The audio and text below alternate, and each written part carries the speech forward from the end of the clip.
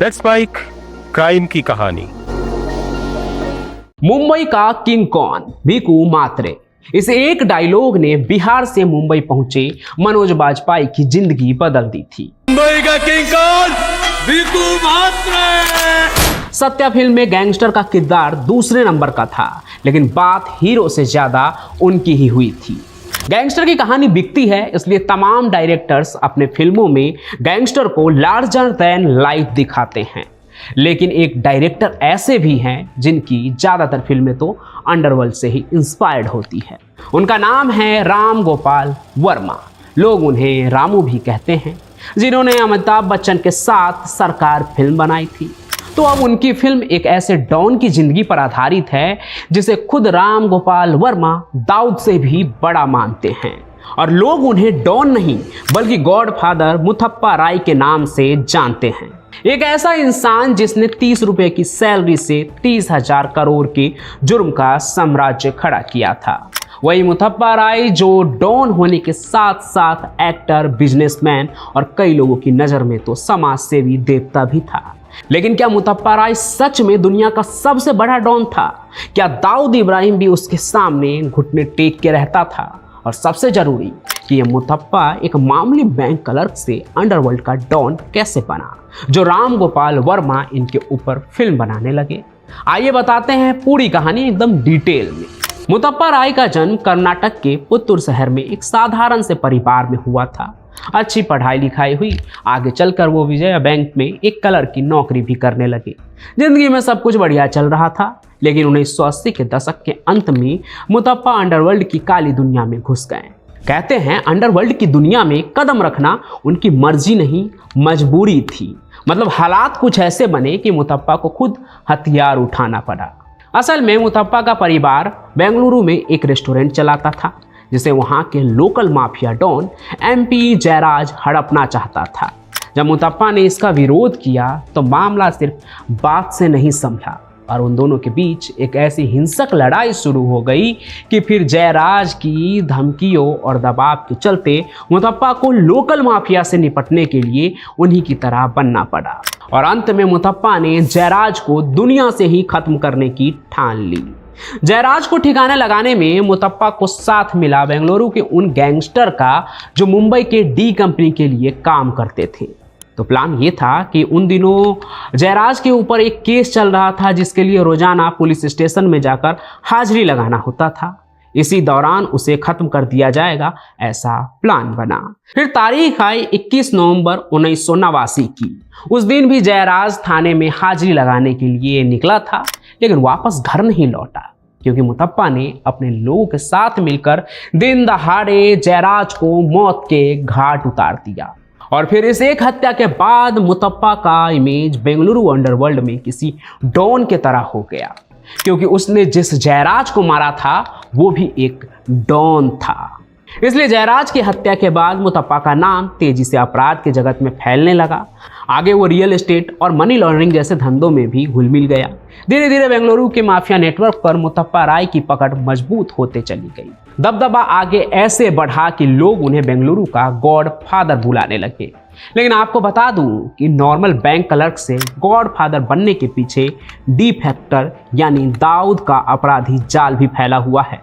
अब देखिए, भले ही मुथप्पा साउथ इंडिया का डॉन था, लेकिन फिल्मों की तरह वहाँ ऐसा नहीं था कि आप लोगों को मारते चले जाएं और पुलिस कोई एक्शन ही नहीं लेगी।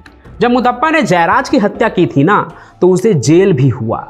इसी मामले में पेशी के दौरान जब 1994 में उसे 5 गोली मारी गई, यानी गैंग वार में जब मुथप्पा पर हमला हुआ तो उसे गोली तो लगी, पर किस्मत से उसकी जान बच गई।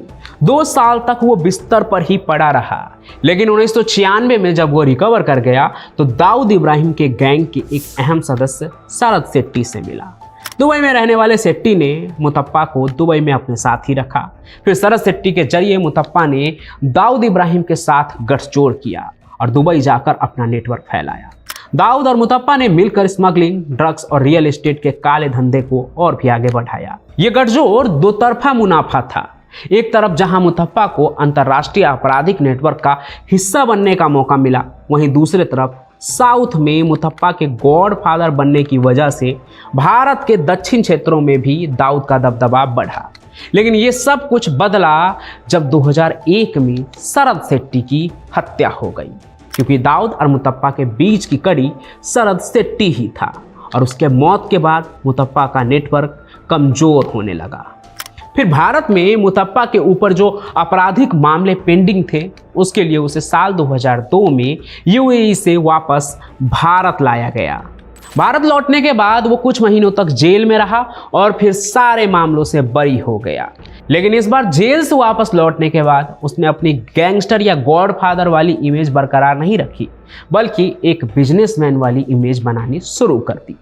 देखिए, 21वीं सदी के शुरुआत के साथ ही ज्यादातर बाहुबली और गैंगस्टर को ये समझ आ गया था कि सिर्फ अपराध के दम पर अब दबदबा कायम नहीं किया जा सकता है। या तो नेता बन जाओ ताकि पुलिस प्रशासन कंट्रोल में रहे, या फिर बिजनेसमैन बनो, खूब पैसा कमाओ, अथाह पैसा, ताकि नेता से लेकर सबको अपने कंट्रोल में रख सको। और इस बात का सबूत तो वो दौर ही देता है जब धीरे धीरे सभी अपराधी राजनीति का सहारा लेने लगे, फिर वो बिहार के हो, उत्तर प्रदेश के हो या महाराष्ट्र के हो। ठीक वैसे ही साउथ के गॉडफादर बने मुतप्पा ने भी अपनी कारोबारी वाली इमेज बनानी शुरू कर दी और भूमाफिया से दवा कारोबारी, और फिर 2008 में जय कर्नाटक जैसी गैर सरकारी संस्था खोलकर वो समाज सेवी भी बन गए हैं। अगले कुछ ही सालों में मुतप्पा बेंगलुरु अंडरवर्ल्ड के गॉडफादर के साथ साथ गरीबों के लिए रॉबिन हुड भी बन गए। वैसे आपको बता दूं कि मुतप्पा राय का ये सफर सिर्फ अपराध की दुनिया तक सीमित नहीं रहा। बॉलीवुड के मशहूर निर्देशक राम गोपाल वर्मा, जो अंडरवर्ल्ड की कहानियों में खास दिलचस्पी रखते हैं, वो मुतप्पा राय की जिंदगी को पर्दे पर लाने की योजना बना रहे थे। उन्होंने घोषणा की थी कि वो मुतप्पा राय की जिंदगी पर एक फिल्म बनाएंगे जिसमें अभिनेता विवेक ओबराय मुतप्पा का किरदार निभाएंगे। इस फिल्म के कई पोस्टर और कई प्रमोशन भी आपको देखने को मिल जाएंगे, लेकिन राय नाम की यह फिल्म कहाँ है इसका कुछ पता नहीं है। लेकिन साल 2020 में जब मुतप्पा राय की कैंसर की वजह से मौत हो गई तो यह चर्चा भी खत्म हो गया। वैसे जिस जोश के साथ राम गोपाल वर्मा ने राय फिल्म बनाने का अनाउंसमेंट किया था, आज 8 साल बाद वो खबर पढ़कर मुझे ये कहानी सुनाने का मन किया, क्योंकि भास्कर के उस रिपोर्ट के मुताबिक राम गोपाल वर्मा मुतप्पा राय की जिंदगी से बहुत प्रभावित थे कि वो गैंगस्टर जिसने 30 रुपये से 30,000 करोड़ का कारोबार बनाया था, वो गैंगस्टर जो इस रिपोर्ट के मुताबिक दाऊद के आगे भी उससे बड़ा था, दुनिया का सबसे बड़ा गैंगस्टर था। वैसे मुतप्पा राय की पूरी कहानी भी अब आपके सामने है। आपको क्या लगता है कि साउथ का ये गॉडफादर सच में दाऊद इब्राहिम से बहुत बड़ा था? क्या आप सोचते हैं वो कमेंट में जरूर लिखिए। साथ ही साथ इस कहानी को लाइक कीजिए, ज़्यादा से ज़्यादा शेयर कीजिए, हमारे इस चैनल क्राइम कनेक्ट को सब्सक्राइब भी जरूर कर लीजिए ताकि हर कहानी का नोटिफिकेशन जो है वो आप तक पहुँचे। बाकी मैं पंचम प्रकाश आपको मिलता रहूंगा किसी और सफर में किसी और क्राइम की कहानी के साथ। तब तक के लिए आप सभी का बहुत बहुत धन्यवाद। आप सुन रहे थे let's mike more than radio. Follow कीजिए हमें हमारे सोशल मीडिया प्लेटफॉर्म्स पर। It's time for news. It's time for more than radio. Presenting the first radio news app, Let's Mic. Let's Mic, a news-based app on your phone where you get to watch and listen news, talk shows, interviews, radio show podcasts. On Let's Mic, you get all relevant information of TV, print, radio, podcast, and digital. Let's Mic talks about every segment of life.